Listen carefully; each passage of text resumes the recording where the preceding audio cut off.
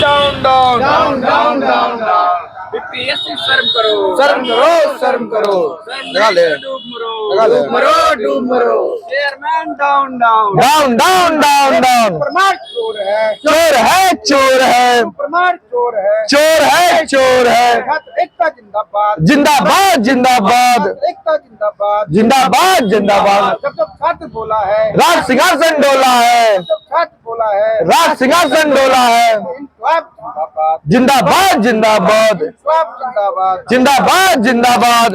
ये post card हम लोग जो है ये पोस्ट कार्ड हम लोग माननीय chief justice Patna high court को भेज रहे हैं, ठीक है। और ऐसे ऐसे हजारों पोस्ट कार्ड उनके पास जाएंगे एक साथ, और उनसे ये हम लोग आदर पूर्वक ये कह रहे हैं कि आप संज्ञान लीजिए इस मामले को, क्योंकि युवाओं से और रोजगार से गंभीरता से जुड़े मसले हैं, ठीक है। ऐसा है कि जो अभी जो एक्टिंग जो चीफ जस्टिस हैं आदरणीय आशुतोष सर, उनकी जो संवेदनशीलता रही है बिहार में न्याय व्यवस्था को लेकर न्याय प्रदान करने में, उससे सभी लोग अवगत हैं। बिहार की जो 13 करोड़ आवाम है वो अवगत है। हम लोग तो जैसे ही वो एक्टिंग जज बने आशुतोष कुमार सर, तो हम लोग को लगा कि न्याय तो मिल ही जाएगा। तो हम लोग इसलिए उनको लिख रहे हैं पोस्ट कार्ड कि जो न्याय व्यवस्था तो आपने न्याय तो देंगे ही आप, लेकिन न्याय में थोड़ा देर हो रहा है, विलम्ब हो रहा है। और आप ही का थ्योरी, लॉ का थ्योरी है कि if justice delayed means justice denied, ठीक है।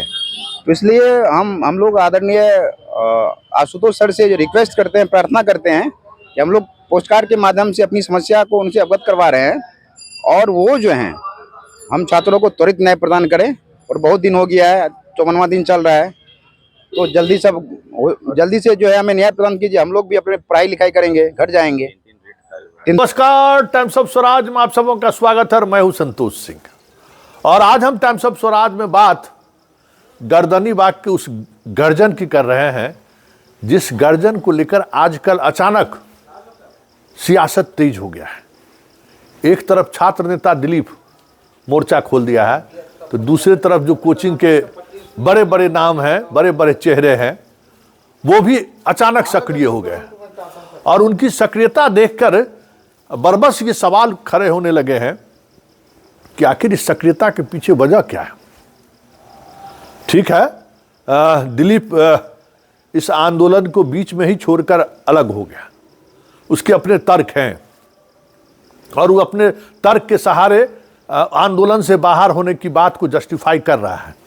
कई दिनों के बाद, लगभग आंदोलन के 2 महीने के बाद वो पटना लौटता है, और वो अपने तर्क के आधार पर उस आंदोलन से क्यों बाहर रहा, इसको वो जस्टिफाई कर रहा है। और साथ ही चुनौती भी दे रहा है कि हम उन शिक्षा माफिया को छोड़ेंगे नहीं, उस कोचिंग माफिया को छोड़ेंगे नहीं जो इस आंदोलन को कमजोर कर दिया है।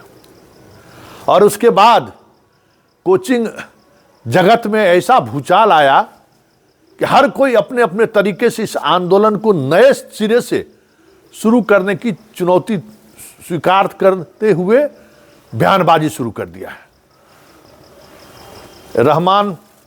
रहमान जी है ना, हाँ, हमको लगता है रहमाने भाई है। रहमान भाई पर अब हम प्रतिक्रिया व्यक्त नहीं करेंगे।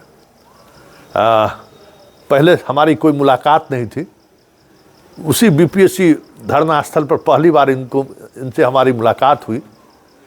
चंद मिनट के ही मुलाकात के बाद हमें लगा कि नहीं, ये व्यक्ति दिल का अच्छा है, और ये व्यक्ति भावनाओं में बहकर बहुत सारी बातें कहते रहते हैं।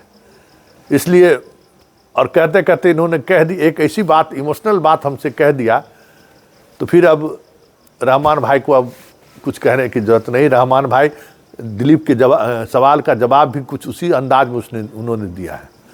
उन दोनों के बीच हम सब नहीं पड़ने वाले, क्योंकि दिलीप भी मेरा अपना है और रहमान भाई अब अपना हो गए हैं। इन दोनों के बीच हम नहीं पड़ेंगे।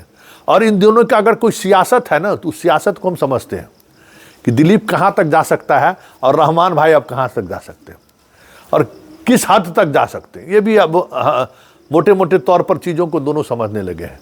दिलीप अपनी भावनाओं से ज़्यादा खेल रहा है, स्वाभाविक है। अभी तक छात्र नेता के रूप में उसकी पहचान थी, हर आंदोलन को वो लीड करता था, लेकिन इस आंदोलन में वो कहीं न कहीं अपने आप को अलग थलग महसूस कर रहा है।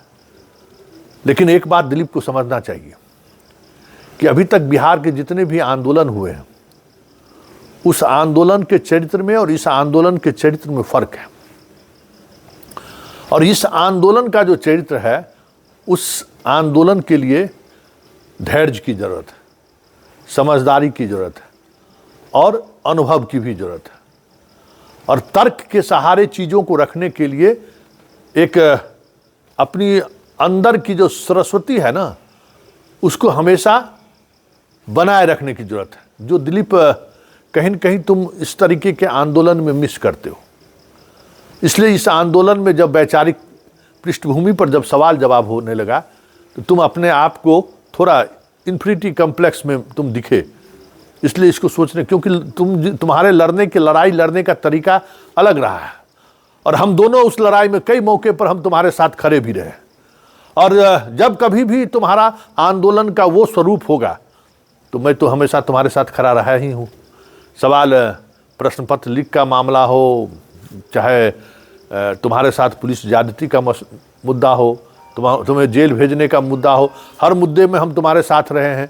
लेकिन इस आंदोलन में जिस तरीके से तुम अपने आप को अलग किए, और अब जिस तरीके की तुम चुनौती दे रहे हो, ठीक है, कोचिंग माफिया के खिलाफ तुम आवाज़ उठाना भी चाहिए। पॉलिटिकल एंगल को लेकर जो तुम सवाल खड़े करते हो, वो भी सवाल जायज है, लेकिन आंदोलन को बीच रास्ते में छोड़कर जाने का तुम्हारा फैसला, जो फैसला था, उससे मैं सहमत नहीं हूं। पहले भी सहमत नहीं था और आज हम ऑन रिकॉर्ड करें कि सहमत नहीं है। तुम्हारा चुनौती का असर हुआ है, ये तुम्हारी यही खासियत है कि तुम आंदोलन के चरित्र को, आंदोलन के सियासत को और आंदोलन के राजनीति को भले नहीं समझते हो, लेकिन तुम्हारे अंदर जो एक ईमानदारी है आंदोलन को लेकर, उससे बहुत सारे लोग घबराते हैं। और यही वजह है कि खान अचानक सक्रिय हो गया। और जब जब खान की सक्रियता होती है, हम थोड़ा सजग हो जाते हैं, क्योंकि खान को लेकर जो मेरा ओपिनियन है, जो जहाँ तक हम खान को समझते हैं, मेरा मानना है कि खान बहुत बड़ा सौदागर है। वो सौदा करना जानता है, वो व्यक्ति के भावनाओं के साथ खेलना जानता है।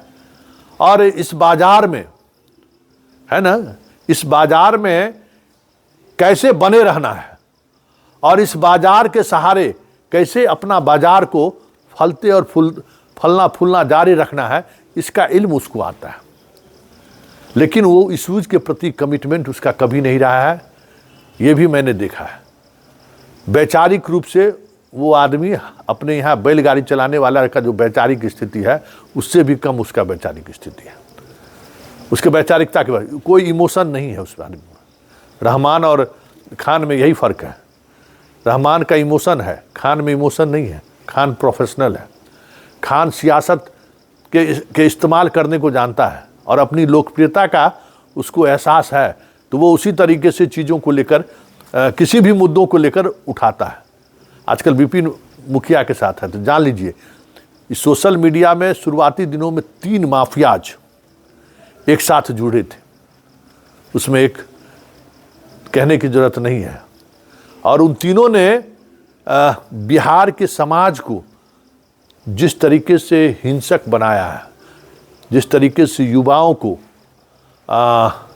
कह सकते हैं कि पथभ्रमिष्ट किया है, हमें याद है। उसको इतिहास नहीं, बिहार माफ़ नहीं करेगा। नाम नहीं लेंगे, समझने वाले समझ जाइए।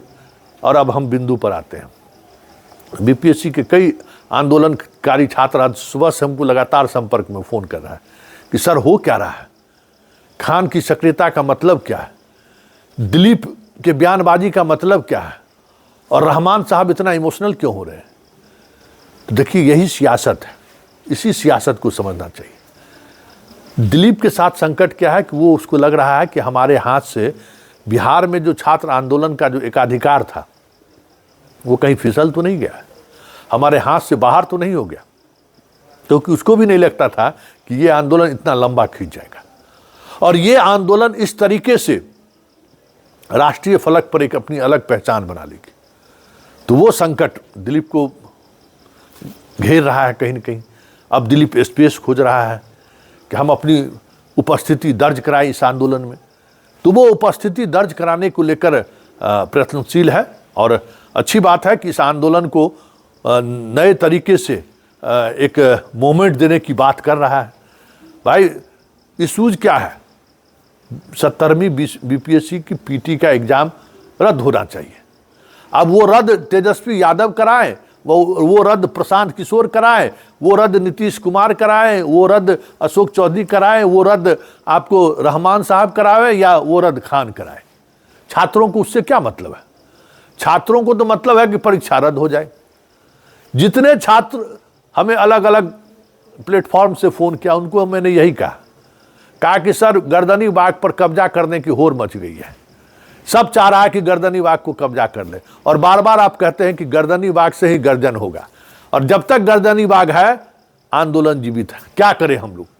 सब कहता है कि हम कहें भाई तुम तो छात्र हो, ये अब देखने का वक्त नहीं है कि तुम्हारे सामने में हेमा मालिनी है कि ऐश्वर्या राय है कि कैटरीना कैफ है। अरे तुम्हारे सामने जो भी है, जो कहता है कि हम परीक्षा रद्द कराएंगे, हम लड़ाई लड़ेंगे, लड़ने दीजिए। ये गर्दनी बाग का यही खूबसूरती है, जो बार बार कहते थे कि गर्दनी बाग जिंदा रहेगा, ये आंदोलन जिंदा रहेगा। आज खान हो, रहमान हो या दिलीप हो, आज जिस तरीके से आंदोलन की बात कर रहे हैं, जिस तरीके से जुटाने की बात कर रहे हैं, तो ये तय मानिए कि ये गर्दनी बाग का ही इम्पैक्ट है कि आज गर्दनी बाग में भले ही इने गुने छात्र 24 घंटे सत्याग्रह पर बैठे रहते हैं, लेकिन इम्पैक्ट उसका यही है कि तीनों अब लड़ाई के मैदान में एक साथ उतरने की घोषणा कर रहे हैं। सरकार भी स्थिर नहीं है, ये मान लीजिए, सरकार भी स्थिर नहीं है। देखिए कल कोर्ट में सुनवाई होती है या नहीं होती है। परमार साहब की भी कुर्सी हिल रही है। देखिए ये आंदोलन जिस तरीके से सबको बेनकाब किया है, उसी तरीके से इस आंदोलन ने सबकी कुर्सी भी हिला दी है।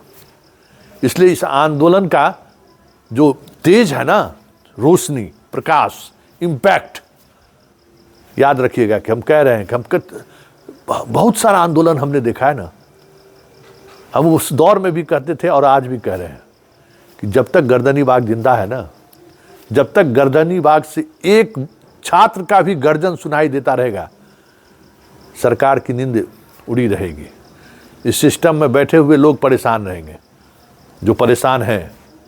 तो चलिए, दिलीप हो, चाहे रहमान भाई हो, चाहे खान हो, किसी भी इशूज पे जो ये चीज़ें आपको दिख रहा है, एक बात ध्यान रखिए, खान अगर आंदोलन को लीड कर रहा है तो एक दिमाग में एक बात खोल कर रखना है कि सरकार का ये बहुत करीब है, और अभी कोई ऐसी परिस्थिति नहीं है कि सरकार आंदोलन को देखते हुए इसको क्रेडिट देकर परीक्षा रद्द कर दे। ये बात समझ लीजिए, ये सरकार के अंदर ये कहीं से भी इस बात को लेकर कोई थॉट नहीं है।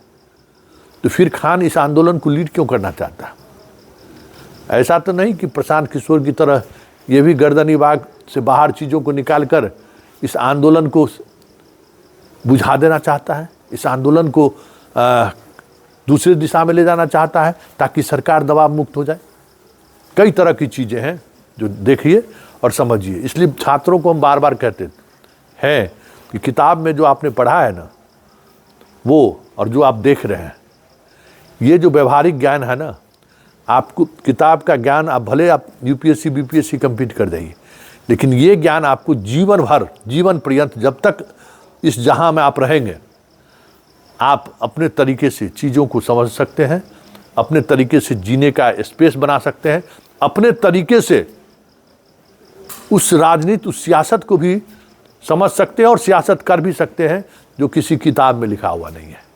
इसलिए खान हो, चाहे रहमान हो, चाहे दिलीप हो, आंदोलन का लीड कोई भी करे, छात्र को सिर्फ इसी बात की सावधानी बरतना है कि गर्दनी बाग से कोई छेड़छाड़ न करे।